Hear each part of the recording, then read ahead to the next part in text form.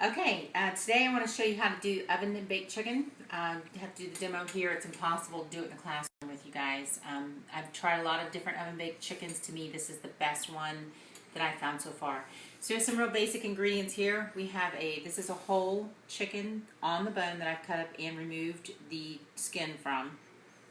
In this pan we have an egg wash, and in that has honey, Dijon mustard, cayenne, I'm sorry, not cayenne, but Louisiana hot sauce. And then in this pan is our panko breadcrumbs, which if you look right here, this is the panko breadcrumbs. It doesn't matter what brand you use. There's several types of panko breadcrumbs that you can use. It doesn't matter. So in here is your panko breadcrumbs. We've got some smoked paprika, garlic powder, cayenne pepper, salt and pepper, of course. So you would just take a fork and mix this in. The smoked paprika in this is extremely important. It's what helps give it the extra flavor. Big difference without the smoked paprika. Easy to find. Badia sells it, so you can get it fairly inexpensively, or you can get a more expensive brand if that's your preference. All right, so once you get those seasonings mixed in, we're ready to go. The other thing that you're going to need is another jelly roll pan. It's my famous overly blackened jelly roll pan that I told you guys about, and a cookie rack. I've already sprayed this cookie rack with my spray on. This is an oil mister. You could use your Pam or whatever brand you normally use. I do suggest you get one of these.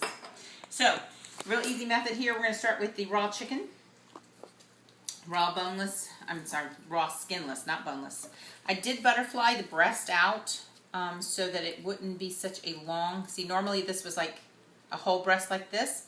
I just made a nice slit around here and a flatter surface. Okay, so egg wash first, panko breadcrumbs, and you want to press them in there. I'm going to make sure that they adhere. Okay. All right, put it on your pan.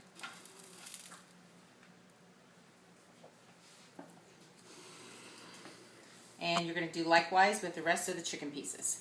The most important thing that you're going to do on this is space them. Give them some air. Just like when we're roasting vegetables, we want to get some air between them, space between them, because otherwise, if we don't do that, we're creating steam. And if you have steam, you will never have crispy, crunchy. It will always be a soggy. That's what you come out with. All right. So after we get all these pieces coated, I have a preheated oven, 400 degrees that I've already got going. I have the pan, the oven rack is moved up into the middle of the oven. You do not want it down on the low rack. If you do, your chicken's going to end up burning. Now tonight I'm doing chicken on the bone because this most closely comes out to what my family eats for fried chicken. But this also can certainly use with boneless, skinless chicken breast or chicken tenders. I do that fairly often for us. It's a great substitute for a fried chicken finger. And obviously your cook time would be much less. On a chicken finger, it's going to end up being about 10 minutes in your oven. Okay, so we have all of our chicken on the pan here. I used a glove. You don't have to. This just is nice because no matter what you do, this is a bit of a messy process. These leftover breadcrumbs that you have right here, you cannot reuse them because you've been using raw chicken. If I'm using less than a whole chicken here, when I make up this recipe, I go ahead and take my seasoned breadcrumbs and I just store them in an airtight container to use for later. So if you're only doing maybe a chicken breast or chicken fingers, don't feel like you, don't ruin your whole thing of panko breadcrumbs. But if you're doing a whole chicken, it takes pretty much the whole thing, so it'll be alright to do it this way. Alright, so now this is the last step before it goes in the oven. You need to spray the top of it with your oil. This is olive oil that I keep in my olive oil mister. And just go ahead and give it a generous spray. This is going to be what helps brown it. All right, there we go. I'm going to go ahead and place this in the oven.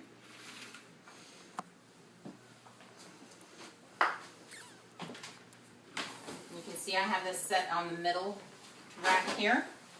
All right, and this is going to take approximately 45 minutes. I'm going to put my timer on. I'm going to go ahead and check it at 35 minutes and see if it's at temperature, which should be 160 degrees for your poultry. That's what you want your internal temperature to be. And when this comes out of the oven in 45 minutes, we'll take a bite of it. You can see the crunch. Maybe you'll be able to hear the crunch, and you'll enjoy this recipe at home. Thanks a lot. Okay, the chicken just came out of the oven. It did take 45 minutes. You see it's nice and crispy golden brown. It smells great. Wish you could smell it. I'm going to take this chicken leg here. I'm going to give this a try. Again, you see nice and crispy. I don't know if y'all can hear that, but if this isn't gonna, it might burn my mouth off here, but excellent. Crunchy, flavorful. The chicken itself is tender, nice and juicy, done in the middle certainly. And can you see the steam coming off of it? Not sure if you can see that. I wish you guys could taste this. It's great.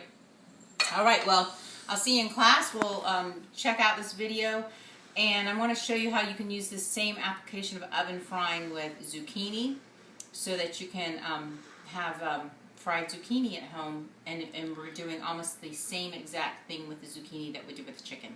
All right, see you. Have a great week, and look forward to Tuesday.